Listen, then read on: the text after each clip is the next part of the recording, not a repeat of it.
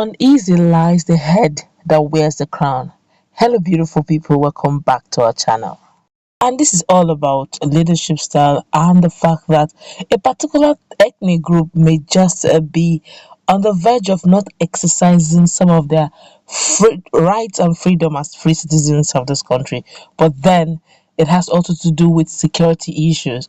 But before we go to the newspaper to find out what it is that is going on in Rivers State, and the governor is Governor Yesom Wike, would like you to subscribe to our channel by clicking on the red subscribe button.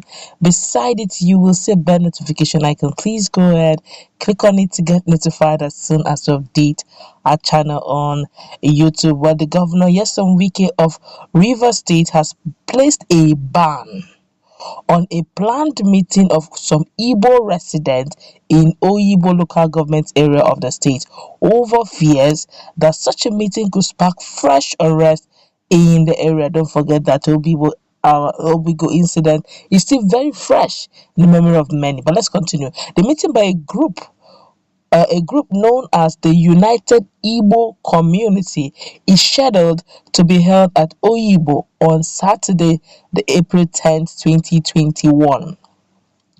Governor Yesom Wike, in a statement signed by the Commissioner for Information and Communications, Paulinus Nsirim, directed security agencies to ensure that the said meeting does not hold to forestall a breakdown of law and order in the area. Oyigbo local government area would share boundaries with Abia State is considered a stronghold of the indigenous people of Biafra IPOB. Wike had in October 2020 declared a 24-hour curfew in Oyigbo after a police station and other facilities were attacked by hoodlums. The governor claimed that Rivers won't allow troublemakers to take the law into their own hands and use the protest period to commit anarchy. Governor Wike also declared a 50 million bounty on the leader of the pro-Biafran group of the indigenous people of Biafra in the state, known as Stanley Mgbere. That guy has been in the news for a while now, but let's continue. Wike accused Mgbere of leading members of the IPOB which he banned to cause the recent violence and destruction of lives and property in Oyigbo local government area of the state then. Now, the question now is, let's start with that Stanley Mgbere. I remember the young man at some point had to do a video saying that he's not a leader of the indigenous people of Biafra, which Governor Wike had to reban again in Rivers State. That he doesn't. In fact, at some point, it became an ethnic issue where he said, "Look, he's not an Igbo man. He is from South. The region is divided into Nigeria divided into 6 geopolitical regions, and he was so emphatic that he is from South." Okay, now that Mgbere guy during that hashtag NSAS protest, that Stanley Mgbere came up, he put a 50 million bounty on him. He now later did a video from somewhere, a room or some sort, saying that actually he's not a leader of any Igbo group. There was actually a political setup, to give him the impression give everyone the impression that he's a troublemaker. That is just a normal protest that took place, which he partook. There was a political thing that he is not a member of the indigenous people of Biafra, how much more being their leader. We thought as at that time was actually out, but they actually put a 50 million bounty over his head. Now, he's now saying now that there's a meeting which is in Igbo, whatever group that was supposed to be held on April 10th.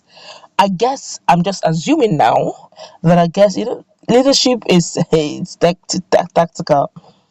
I'm assuming that Governor Yesom Wike must have had a classified information saying that particular meeting that's going to hold is going to bring so much unrest, or I don't know what he had. That meeting specifically said that particular meeting of April 10 that's supposed to hold in Oyigbo or Obibo, whichever one you're comfortable with, shouldn't hold.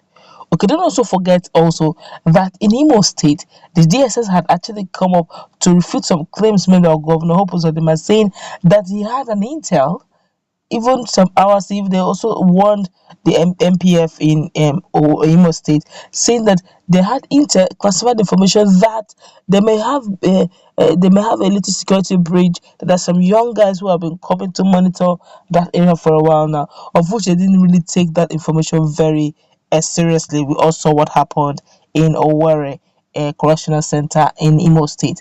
I guess also, like every other security agencies, they must have also told. I feel, they must have also told governors so we can say, look, there's a meeting, there's a gathering. Maybe they have successfully done this in Imo State, they've done it in Abia and other some other places. They've shown their presence. If you allow that meeting to hold, it may not all go well. But then, looking at it from that looking at it on the fact that he's the chief security officer of that state, he's right. Yes, anything he feels is right to protect the people of Rivers is allowed under his jurisdiction and constitution of Nigeria. But looking at the same constitution, there's what we call right to meet, right to life, right to freedom of speech, freedom of expression, freedom of movement. And it's just like you saying that a particular group, a particular ethnic group, because they have a particular sect in that ethnic group that has been, you know, causing so much unrest, and for that reason, you generalize. You see that stereotype we keep saying here, generalize the whole ethnic group, saying all of them are bad. Okay, and before you know it, you see them, they become uncomfortable and they begin to wonder why the hatred for that group or the hatred for that ethnic group. Now, probably because he had an intel of some certain persons, and now these people they may even be innocent of it all. Maybe they're just hoping, like all this umona meeting in other, if you've ever tried, every tribe have it, where they go to, if they leave their state, they usually meet in a particular area. So okay, all the Yorubas in this place, let us have a meeting, or all the uh, people from this particular clan that are living in this community or are living in this state, we are having a meeting every Friday or every Thursday, as the case may be. Every tribe does that, and then the Igbos are not and they're not an exception. They must have said, okay, we're going to gather to check the way forward. And maybe that gathering right now, any kind of gathering, may not be accepted, but I feel that rather than outright banning, which may look like abusing or not allowing them to express or exercise their human rights. I would have rather said, if they are going to hold the meeting, let there be security intels everywhere, okay, to guard the meeting, rather than outrightly banning it. Because if there's an outcry, but that's the same old people with the way there was 24 hours curfew. Well, don't forget that he's the chief security officer, so his word is strong. Even the Bible talks about the word of a king.